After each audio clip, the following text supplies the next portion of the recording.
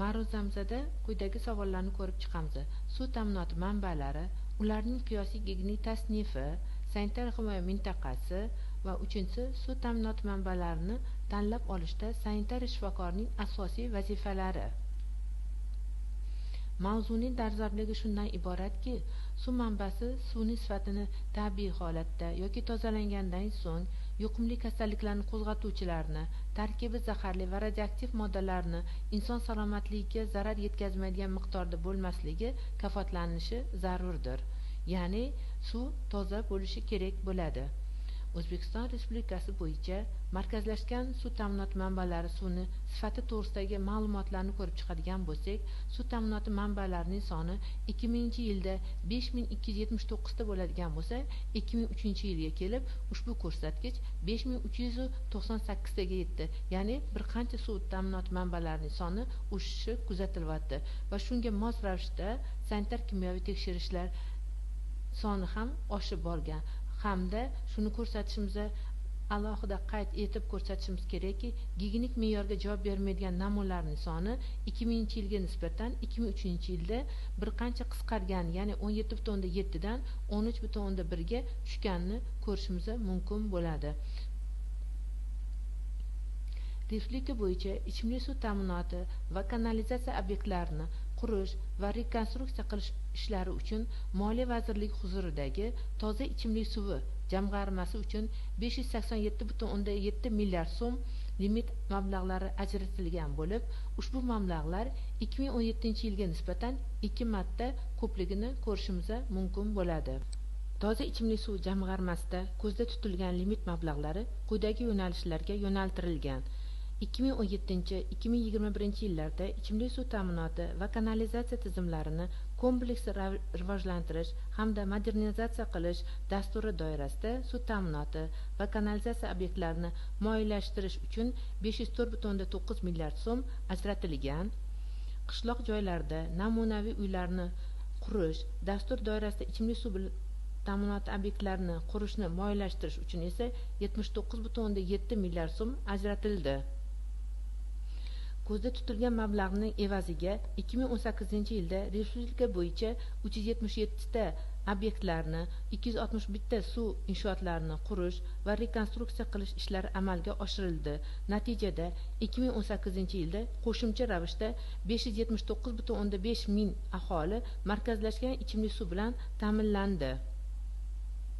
Yer yuzida chuchuk suvlar qayerda joylashgan? Chuchuk suv manbalari asosan muzliklar, ochiq suv ta'minoti manbalari va yer osti suv ta'minoti manbalariga bo'linadi. Ochiq suv ta'minoti manbalari bu daryolar, ko'llar va botqoqliklar kiradi. Ochiq suv ta'minoti manbalari o'z navbatida oqar ochiq suv ta'minoti manbalari va oqmaydigan ochiq suv ta'minoti manbalariga bo'linadi. Oqar ochiq suv ta'minoti manbalariga daryolar, kanallar, zovur va ariqlar kiradigan bo'lsa, oqmaydigan ochiq suv ta'minoti manbalariga ko'llar, hovuz, suv omborlari, dengiz, okeanlar va sun'iy ravishda to'ldirilgan basseynlarni misol qila olamiz. Yer osti suv ta'minoti manbalari ham yerning yuzasiga qaysi chuqurlikda joylashganiga qarab bir ikki guruhga bo'linadi. Ya'ni chuqur yer osti suv ta'minoti manbalari va yuzay yer osti suv ta'minoti manbalari. Chuqur yer osti suv ta'minoti manbalariga qatlamlar aro bosimli va ikkinchisi qatlamlar aro bosimsiz yer osti suvlari kiradigan bo'lsa, yuzay yer osti suv ta'minoti manbalariga grunt suvlari, infiltratsiya suvlari, sun'iy infiltratsion suvlar misol bo'la oladi. Qatlamlar aro yer osti suvlari artezian suvlari deb ham aytilishi mumkin. Ya'ni bu Fransiyaning Artezian shahrida topilgani uchun o'sha shahar nomiga qo'yilgan. Davlat standarti 951/2011 ga asosan markazlashtirilgan ichimlik xo'jalik suv ta'minoti uchun tanlab olinadigan manbalar uchun tatbiq qilinadi. Yer osti suv ta'minotini manbalarining klassifikatsiyasi mineralizatsiyalash darajasi bo'yicha, harorati bo'yicha ham bir necha turlarga bo'linadi. Mineralizatsiya darajasi bo'yicha chuchuk suvlar, sho'rroq, sho'r va juda sho'r suvlar bo'ladigan bo'lsa, harorati bo'yicha esa issiq va sovuq suvlarga bo'linadi. Ya'ni sovuqlar sovutilgan, sovuq, juda sovuq bo'ladigan bo'lsa, issiq suvlar esa issiq, juda issiq va o'ta issiq suvlarga bo'linishi mumkin bo'ladi. Davlat standarti 951/2011 ga asosan aholini xo'jalik ichimlik suv manbalarining yaroqligini quyidagilar asosida belgilanadi. Birinchisi, manbalarning shakllanish sharoitlari va yer osti suvlarining joylashishi sanitariya baholanishi. Ochiq suv manbalaridan suv olish joylaridan yuqori va pastki hududlarda sanitariya holatining baholash. Suv olish inshootlari joylashgan hududning sanitariya holati, suv ta'minoti manbalarining sanitariya holatida bashoratlash, ya'ni prognozlash bo'lishi kerak bo'ladi. Suv manbalarini tanlashga qo'yiladigan gigiyenik talablar quyidagilardan iborat. Birinchisi, suv miqdori aholining gigiyenik ehtiyojlarini qondirish kerak, ya'ni debiti yetarli bo'lishi kerak bo'ladi. Ikkinchisi, suvning sifati davlat standarti 950/2011 va 951/2011 talablariga javob berish kerak. Tanlab olingan suv manbalari atrofida sanitariya himoya mintaqasini o'rnatishga imkon berish kerak va tanlab olingan suv manbasi iqtisodiy tomondan qulay bo'lishi kerak. Davlat standarti 951/2011 ga asosan suvdan sinama olish joyini aniqlashimiz kerak. Olingan sinamalar tahlili laboratoriyada bajarilishi shart. Suv ta'minot manbalarini mazkur standart talablariga javob berishi yoki bermasligi to'g'risida xulosalar berilishi kerak bo'ladi. Davlat standarti 951/2011 ga asosan suv ta'minot manbalariga gigiyenik hamda sanitar texnik talablar qo'yiladi, ya'ni markazlashtirilgan suv ta'minot manbalari suvlarni quyidagi talablarga javob berishi kerak.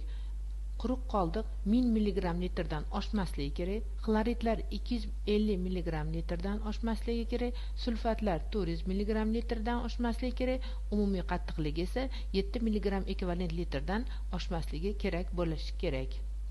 Davlat standarti 951/2011 suv ta'minot manbalarini tanlash qoidalari va yaroqliligini baholashda suv ta'minot manbalarining sanitariya jihatdan ishonchliligini inobatga olib quyidagi tartibda tanlab olinadi. Birinchi, qatlamlararo bosimli suvlar, ikkinchisi qatlamlararo bosimsiz suvlar, uchinchi grunt suvlari va ochiq suv ta'minoti manbalari tanlab olinadi. Mana bu ochiq suv ta'minoti manbalari tanlab olinganda avvalo biza oqar ochiq suv ta'minoti manbalarini tanlab olishimiz kerak bo'ladi. Davlat standarti 951/2011 ga asosan suv ta'minotini tanlab olishda quyidagi ma'lumotlar tahlil qilinishi kerak bo'ladi.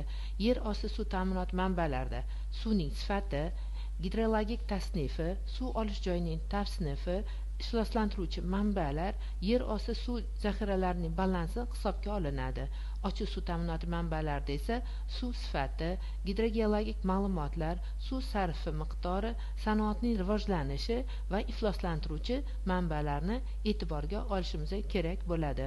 Davlat standarti 951/2011 ga asosan suv ta'minoti manbalarining yaroqliligi to'g'risidagi xulosa quyidagi ma'lumotlarga ega bo'lishi kerak.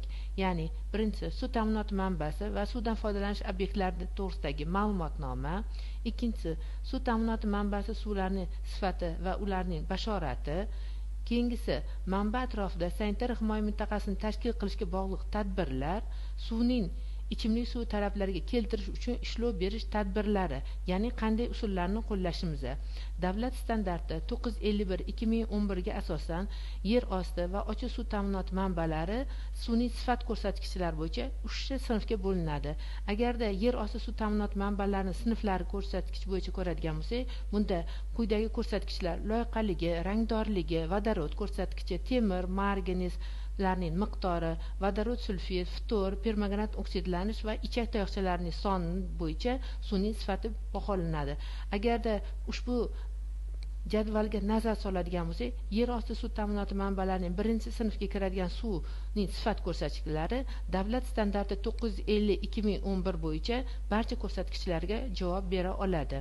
Ochiq suv ta'minoti bilan ta'minlanadigan manbalar ham o'zlarini sifat ko'rsatkichlari bo'yicha 3 sinfga bo'linadi. Bunda ham loyqaligi, rangdorligi, hid ballarda, vodorod ko'rsatkichi, temir, marganez, ftorlarning miqdori, permanganat oksidlanishi va 1 litr suvdagi laktat musbat ichak tayoqchalarining soni bo'yicha suvning sifati sinflarga bo'linadi.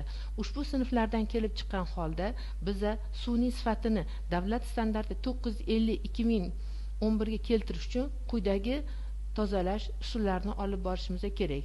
Ya'ni bu yer osti suv ta'minoti manbalari uchun birinchi sinfga kiradigan bo'lsa, biza gigiyenik talablarga to'liq javob berganligi uchun to'g'ridan to'g'ri iste'molchiga uzatishimiz mumkin bo'ladi.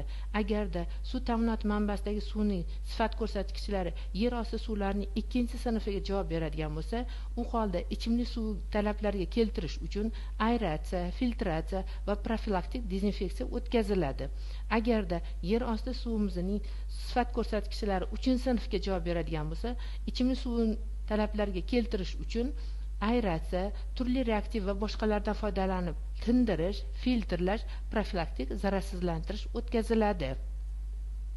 Agarda suv ta'minoti manbasidagi suvimiz ochiq suv ta'minoti manbalariga kiradigan bo'lsa, u birinchi sinf bo'ladigan bo'lsa, ichimlik suv talablariga keltirish uchun suvni koagulyatsiya bilan yoki ularsiz tindirish, filtrlash va zararsizlantirish talab etiladi. Agarda suv ta'minoti manbasidagi suvning sifat ko'rsatkichlari ikkinchi sinfga javob beradigan bo'lsa, u holda koagulyatsiya, tindirish, filtrlash va zararsizlantirish talab etiladi. Fitoplanktonlar mavjud bo'lganda mikrofiltrlardan foydalaniladi. Agarda suv ta'minoti manbasidagi suvning sifat ko'rsatkichlari 3-sinfga javob beradigan bo'lsa, yuqoridagi 2-sinfda ko'rsatilgandek ishlov berish usullariga qo'shimcha ravishda tiniqlashtiruvchi usullarni qo'llash, oksidlovchi va sarflovchi usullarni qo'llash va zararsizlantiruvchi usullarning samaraliroq usullarini qo'llash kerak bo'ladi. Suv manbalari atrofida sanitar himoya mintaqalari 3 ta mintaqada, ya'ni birinchisi qat'iy tartib zonasi, ikkinchi cheklash zonasi va uchinchi kuzatish zonasi tafovut etiladi. Davlat standarti 951/2011 ga asosan suv ta'minoti manbalari atrofida sanitar himoya mintaqalarini tashkil qilish quyidagilardan iborat. Eng avvalo biz sanitar himoya mintaqalari nima ekanligini bilishimiz kerak bo'ladi. Sanitar himoya mintaqasi bu ichimlik xo'jalik suv ta'minoti manbalari suvni olish inshootlari uchun ma'lum ajratilgan masofa va hududlarda himoya qilishdir. Ya'ni betda turli xil iflosliklardan himoya qilish maqsadida qonuniy rejalashtiruvchi chora-tadbir hisoblanadi. Davlat standarti 951/2011 ga asosan birinchi mintaqa qattiq rejimdagi mintaqada suv olish joyi, suv tarmog'i bosh inshootlari turli ifloslanishdan himoya qilinadi. Shuning uchun ushbu hududga quyidagi gigiyenik talablar qo'yiladi. Birinchisi, devorlar bilan o'ralishi kerak, kamida 1,5-2 metr balandlikda, Ichki ishlar vazirligi xodimlari tomonidan qo'riqlanishi lozim, begonalar ruxsatsiz kiritilmaydi, suv tarmog'iga aloqasi bo'lmagan qurilish ishlarini olib borish mumkin emas, hojatxonalar temir betondan qurilishi shart yoki shahar kanalizatsiyasiga ulanishi kerak bo'ladi, maydon obodonlashtirilgan, ko'kalamzorlashtirilgan bo'lishi kerak bo'ladi, baliq ovlash, cho'milish, qayiqda uchish, mol boqish, ekinlarga zaharli o'g'itlarni qo'llash qat'iyan taqiqlanadi. Ikkinchi, uchinchi sanitar himoya mintaqa chegaralarida quyidagilar olib borilishi kerak bo'ladi. Suv bo'ylarida uy-joy qurilishini kamaytirish, chiqindi suvlarni tozalash, chiqindi axlatlarni zararsiz holatga keltirish, ifloslantiruvchi manbalarni kamaytirish va boshqalar. E'tiboringiz uchun rahmat, sog' bo'ling.